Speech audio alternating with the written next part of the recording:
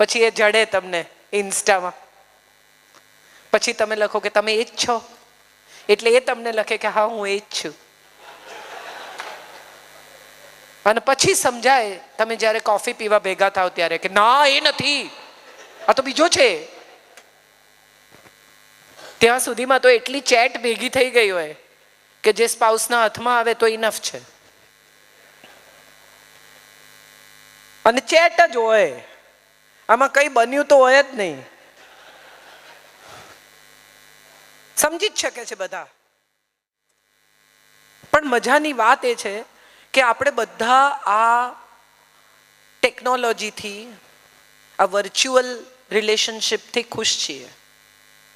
આપણને બધાને લાગે છે કે આ વર્ચ્યુઅલ વર્લ્ડ રિયલ છે. એઆઈ આવી ગઈ છે, હવે કોઈ MF હુસૈન નથી, હવે બધા MF હુસૈન છે. હવે કોઈ હરિપ્રસાદ ચોરસિયા નથી, હવે કોઈ એવો યુનિક આર્ટિસ્ટ છે જ નહીં. તમે બધું જ રિક્રિએટ કરી શકો છો, તમે કોઈને પણ રિપ્રેઝેન્ટ કરી શકો છો, તમે કોઈને પણ ઇન્વેન્ટ કરી શકો છો, તમે કોઈને પણ રીબોર્ન કરી શકો છો. થોડા વખતમાં તમારો ક્લોન આવશે, થોડા વખતમાં એવો રોબો આવશે કે તમે બેઠા હશો અને રોબો કામ કરતો હશે. અત્યારે પણ પૂછે છે ગૂગલ, આર યુ રોબો? તો કઈ દુનિયામાં આપણે જઈ રહ્યા છીએ એક વખત સ્વયંને પૂછી લઈએ. આપણે ખરેખર આ વર્ચ્યુઅલ વર્લ્ડમાં આ જાતને ખુશફહેમીમાં નાખવા માટે જીવી રહ્યા છીએ? આ ફિલ્ટર્સ મારીને ક્યાં સુધી જીવશો? જેવા છો એવા જ કેમ નથી રજૂ થઈ શકતા? હમણાં આ દીકરીએ મારી ઓળખાણ આપી, એમ કહ્યું કે આત્મવિશ્વાસ, એમનો અવાજ, એમનું ફલાણું, આ બધું જ સાચું છે. હું એક પણ ફિલ્ટર વગરનો ફોટો મૂકું છું, કારણ કે મને એવું લાગે છે કે તમે મને એ જ ઓળખો જેવી હું છું. મારે કંઈ છુપાવવાનું નથી. હું આરામથી આમ લૂછી શકું છું, કારણ કે હું કંઈ મેકઅપ કરતી નથી. મારે કંઈ જ દેખાડવાનું નથી. હું જે કહું છું એ મહત્વનું છે. હું કેવી દેખાઉં છું એ મહત્વનું નથી મારે માટે. અને કદાચ સારી દેખાઉં છું તો એ મારા પિતાનો DNA છે, મારા પરિવારનો DNA છે, એમાં મેં કંઈ કર્યું નથી. So let us all understand that there is a world within. માણસ કઈ બ્રાન્ડ પહેરે છે, ગુચીના ચશ્મા છે, અરમાનીનો બેલ્ટ છે, અમુક રેડ ક્લિફના શૂઝ છે, તો એ માણસ સાથે સંબંધ રાખવો જોઈએ. મોટો માણસ છે, દાઉદ પણ પહેરે છે, સંબંધ રાખવો છે. લેટ અસ અન્ડરસ્ટેન્ડ કે બ્રાન્ડ્સથી માણસ નક્કી નથી થતો. બ્રાન્ડ્સથી એનો આઉટર લુક, એનું પેકેજિંગ નક્કી થાય છે. પેકેટ ખુલે પછી ખબર પડે કે અંદર શું છે, અને અંદર શું છે જોવાની હવે આપણી પાસે ફુરસદ નથી રહી. થોડોક સમય કાઢો અને પેકેટ ખોલીને માણસને અંદરથી જોવાનો પ્રયત્ન કરો. બ્રાન્ડ્સથી માણસને ન ઓળખો. અરમાનીનો સૂટ કોઈ પણ ખરીદી શકે છે, પણ ભીતરના સંસ્કાર ખરીદીને નહીં આવે. એ તો હોવા જોઈએ અથવા નહીં હોય. Let us all understand this and teach our children. આપણા પછીની પેઢીને આપણે શું આપી રહ્યા છીએ? કાયદો તોડતા શીખવીએ છીએ. આપણું બાળક બાજુમાં બેઠું હોય, હમણાં શર્મન જોશીની એક એડ આવે છે, કોઈએ જોઈ છે કે નહીં મને ખબર નથી. જો દેખેગા વહી તો શીખેગા. એને હવલદારે જોયો નથી અને છતાં એ ચલાણ ભરવા જાય છે, અને પેલો કહે છે કે તો કિસને રોકા? કે કિસીને નહીં. कौन था वहां? तो कि कोई नहीं. किसी ने नहीं देखा? तो कि किसी ने नहीं देखा. तो फिर क्यों आए हो? तो कि इसने देखा ना, ये था मेरे साथ. जो देखेगा वही तो सीखेगा. તમારું બાળક જે જુએ છે ને એ શીખે છે. તમે જે શીખવાડો છો એ નથી શીખતું. તમે મોરબીમાં છો, તમે સુરતમાં છો, તમે અમદાવાદમાં છો, અને ફોન ઉપાડીને એમ કહો છો ને કે હું હૈદરાબાદમાં છું. હું તો હૈદરાબાદ છું, ત્યારે એકવાર જુએ છે કે આ હૈદરાબાદ છે, હમણાં તો સુરત હતું ને. અને પછી તમે તરત એને શીખવાડો, જો બેટા જુઠ્ઠું નહીં બોલવાનું. This is what we have become, this is what we are. હું તો જગાડું, જાગ્યા પછી શું કરવું એ તમારે જ નક્કી કરવાનું છે. My job is to come and tell you.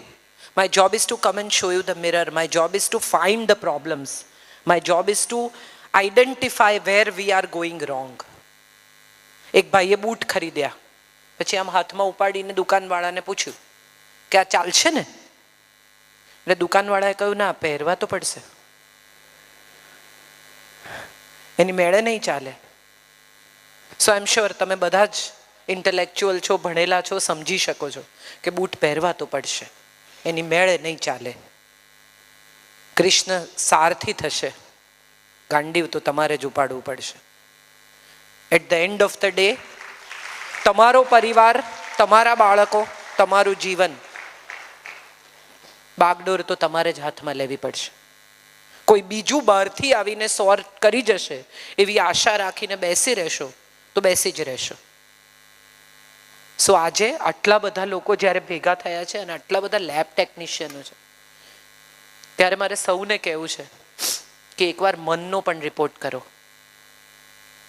મનના પણ સીબીસી થાય છે, એમાં પણ ખબર પડે છે કે ક્યાં ક્યાં શું શું પ્રોબ્લેમ છે. મનના પણ બીજા ઘણા એવા પેથોલોજીકલ રિપોર્ટ્સ મળે છે જેમાંથી ખબર પડે છે કે ક્યાં શું થયું છે.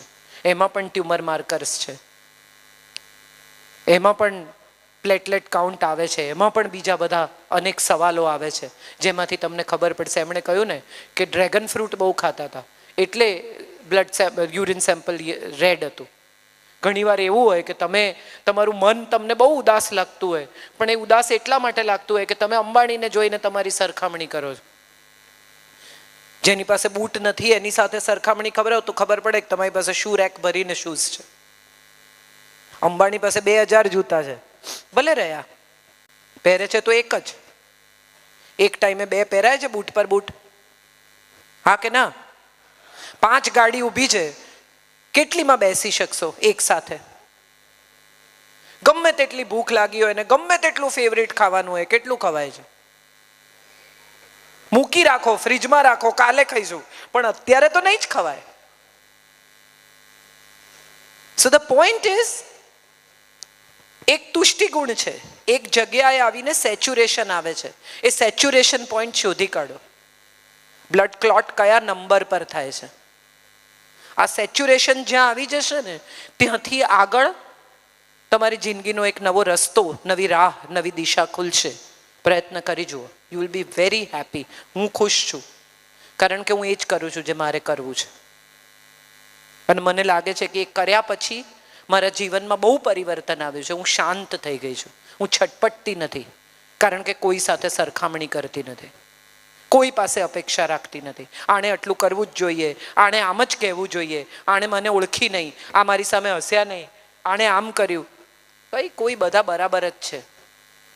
દરેક માણસ એની જગ્યાએ સાચો જ છે. એણે તમને ના ઓળખ્યા તો ના ઓળખ્યા યાર.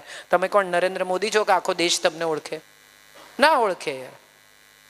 જઈને કહેવાનું જો તમારે એમનું કામ હોય તો કે હું કાજલ છું, નમસ્તે. અને ના હોય તો કંઈ વાંધો નહીં.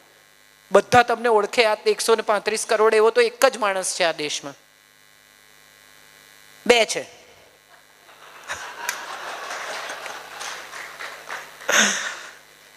So let's all laugh, love and live. આ 3 જ વસ્તુઓ જો જિંદગીમાં આવડી જશે ને તો કોઈ દિવસ લોસ્ટ નહીં થાય. આ 3 જ વસ્તુ શીખવાની છે. હસી નાખતા શીખી જાઓ, ખૂબ પ્રેમ કરતા શીખી જાઓ.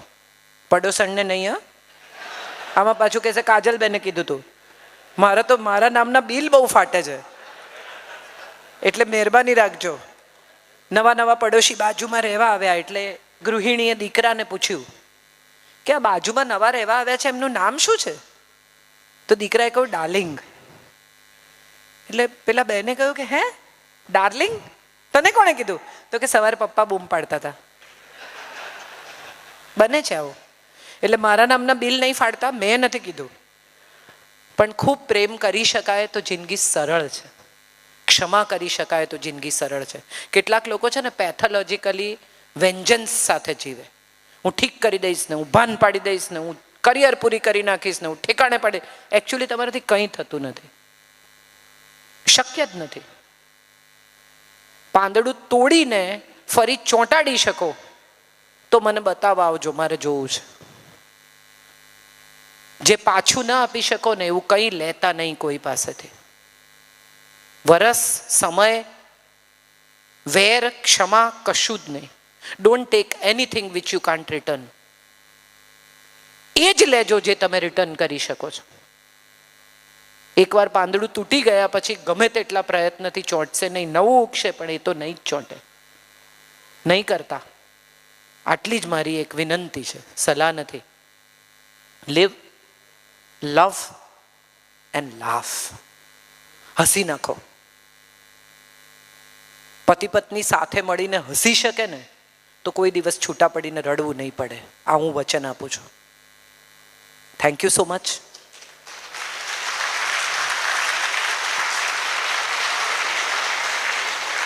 ભટ્ટ સાહેબ અને લંચની વચ્ચે, બે બ્રેડની વચ્ચે જેમ ફિલિંગ હોય એમ હું આવી ગઈ છું. એટલે ભટ્ટ સાહેબ એક બાજુની બ્રેડ છે, લંચ બીજી બાજુની બ્રેડ છે, હું વચ્ચેનું ફિલિંગ છું. I hope the filling was good and tasty. Thank you so much. 4 જણનો નામોલ્લેખ બહુ જ અનિવાર્ય છે. પહેલાં તો દિલીપભાઈનો, જેને કારણે હું અહીંયા છું. એટલે એમણે, મારે મોરબી આવવાનું હોય એટલે હું સૌથી પહેલાં એમને ફોન કરું કે આવવા જેવું છે કે નથી આવવા જેવું. એટલે એ મને સાચું જ કે રહેવા જ દેજો, આમાં પડવા જેવું નથી. અને કાં તો કે ના ના ના હું ઓળખું છું, અવાય, સારા લોકો છે. તો આ 4 સારા લોકો જેમનો ઉલ્લેખ મારે કરવો જોઈએ: સહદેવસિંહજી ઝાલા, રાજેન્દ્રસિંહજી જાડેજા, ધીરજભાઈ ડોબરિયા અને વિનુભાઈ. આ 4 જણાને કારણે આજની આ કોન્ફરન્સ શક્ય બની છે, મારી આજની હાજરી શક્ય બની છે. હું બહુ જ આભારી છું એમની. આજના તમારા મેઇન સ્પોન્સર ભટ્ટ સાહેબની પણ આભારી છું કે એમણે આ કાર્યક્રમને સ્પોન્સર કર્યો અને તમને સૌને ભેગા કરવાની હિંમત કરી. બાકી રવિવાર પેથોલોજિસ્ટ માટે કેટલો મોંઘો હોય મને ખબર છે. દરરોજ જે લોકો 9-9, 10-10 વાગ્યા સુધી લેબમાં હોય, એમને એક રવિવાર મળતો હોય, એ આટલા સંખ્યામાં ભેગા થઈ શકે, એ મને લાગે છે કે આ 4 જણ જે લોકોએ અથાગ મહેનત ને પરિશ્રમ કરીને આ કોન્ફરન્સને ઊભી કરી છે, એમનો ફરી એકવાર આભાર માનું છું. સહદેવસિંહજી, રાજેન્દ્રસિંહજી, ધીરજભાઈ અને વિનુભાઈ. આ એજ્યુકેશનલ કમ મોટિવેશનલ કમ સોશિયલ ઇવેન્ટ છે. અહીં શિક્ષણ પણ છે, અહીં સમાજ પણ છે, અને અહીં એક મનોરંજન સાથે મોટિવેશન પણ છે. આ બધું એક કોમ્બો બનાવીને તમે અહીંયા રજૂ કર્યું છે, એ માટે હું પણ તમારો આભાર માનું છું. Thank you so much. ફરી એકવાર Dilipbhai, thank you so much for such a wonderful audience. હું આવી ત્યારે એમણે કહેલું કે ઓગસ્ટ ઓડિયન્સ છે, ત્યારે મને એમ હતું બધા એવું જ કહે, પણ ખરેખર બહુ જ સરસ ઓડિયન્સ, બહુ સહનશીલ, ધીરજવાળું અને મજાનું audience. Thank you so much. આપ સૌની ધીરજ માટે, આપ સૌના પ્રેમ માટે. પ્રણામ.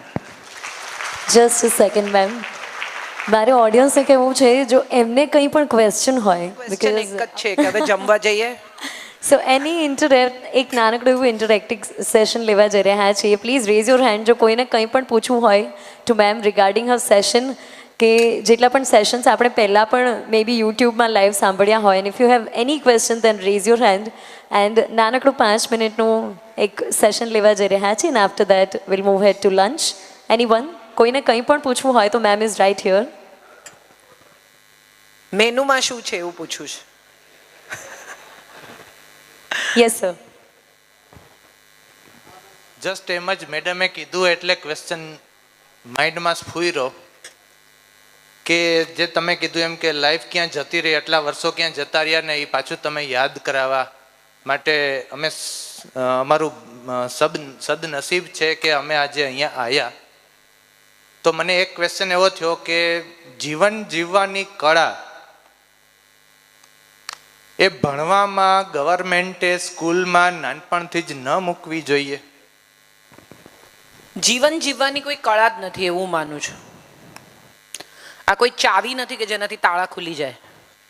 દરેક માણસનું પોતાનું જીવન છે, દરેકનો પોતાનો બેગેજ છે, દરેકનો પોતાનો ઉછેર છે, દરેકની પોતાની માનસિકતા છે. કોઈ એક કળા દરેકને કેવી રીતે લાગુ પડે? જેમ તમારે ત્યાં જુદા જુદા રોગ માટે જુદા જુદા રિપોર્ટ્સ કરવા પડે, એક સીબીસીમાં બધા રિપોર્ટ ન મળે.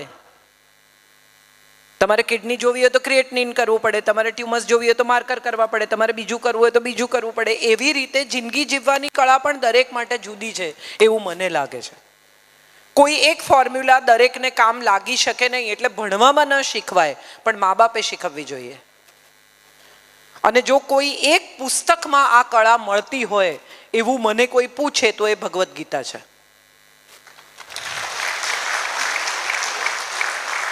આપણે બધા કોઈ અપ્લાયન્સ લાવીએ, કોઈ બી mixer, grinder, washing machine, juicer, એની સાથે એક મેન્યુઅલ આવે, રાઈટ? એ મેન્યુઅલ વાંચ્યા વગર તમે પ્લગ ઇન કરો ને બધા બટન ફટન ફેરવી નાખો અને બધું બળી કરીને ધડાકા થઈને પૂરું થઈ જાય, પછી તમે મેન્યુઅલ વાંચો તો એનો કોઈ અર્થ છે? હા કે ના? ના. આપણે ભગવદ્ ગીતા ક્યારે વાંચીએ છીએ? કોઈ ગુજરી જાય ત્યારે.